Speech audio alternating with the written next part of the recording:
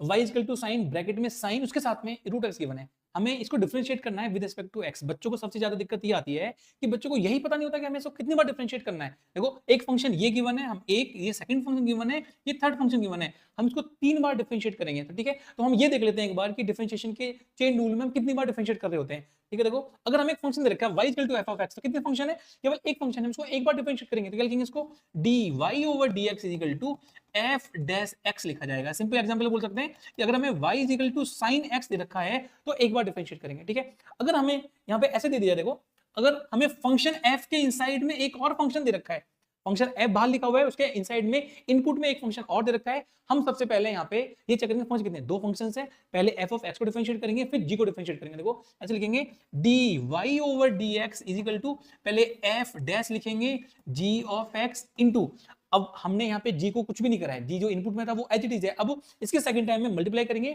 g को differentiate करेंगे, हम बोलेंगे यहाँ पे g डैश x लिखा जाएगा, पहले x को डिफरेंशिएट करा है फिर g को डिफरेंशिएट करा। देखो अगर हमारे पास में ऐसे तीन फंक्शन दे जाएं, पहले f है फिर इनपुट में g है, g के इनपुट में h है, हम इसको 3 बार डिफरेंशिएट करेंगे, हम इसको क्या लिखेंगे, हम लिखेंगे dy over dx is equal to f dash g और h जैसे हैं ऐसे के ऐसे लिखे जाएंगे, इनटू देखो ये लिखेंगे इसको g dash h of x into third function क्या बच्चा है, देखो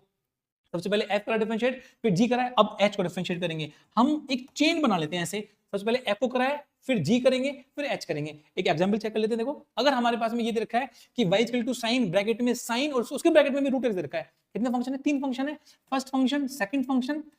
और थर्ड फंक्शन। देखो हम सबसे पहले जो बाहर साइन है इसको डिफरेंशिएट करेंगे, इस साइन का डिफरेंशिएशन cos आएगा, हम लिखेंगे cos, हम इनको टच भी नहीं करेंगे, जो जैसे हैं ऐसे लिखेंगे, तो ये बन जाएगा साइन रूट एक्स, पहले फंक्शन का हो गया। अब सेकंड फंक्शन का डिफरेंशिएशन, ये sin रूट एक्स है तो इसको लिखेंगे cos रूट एक्स। नाउ आपका थर्ड फंक्शन बचा है, थर्ड फंक्शन रूट एक्स का डिफरेंशिएशन आपको याद होना चाहिए, ये वैल्यू बनती है 1/2 रूट एक्स, आपका ये आंसर बन के आएगा।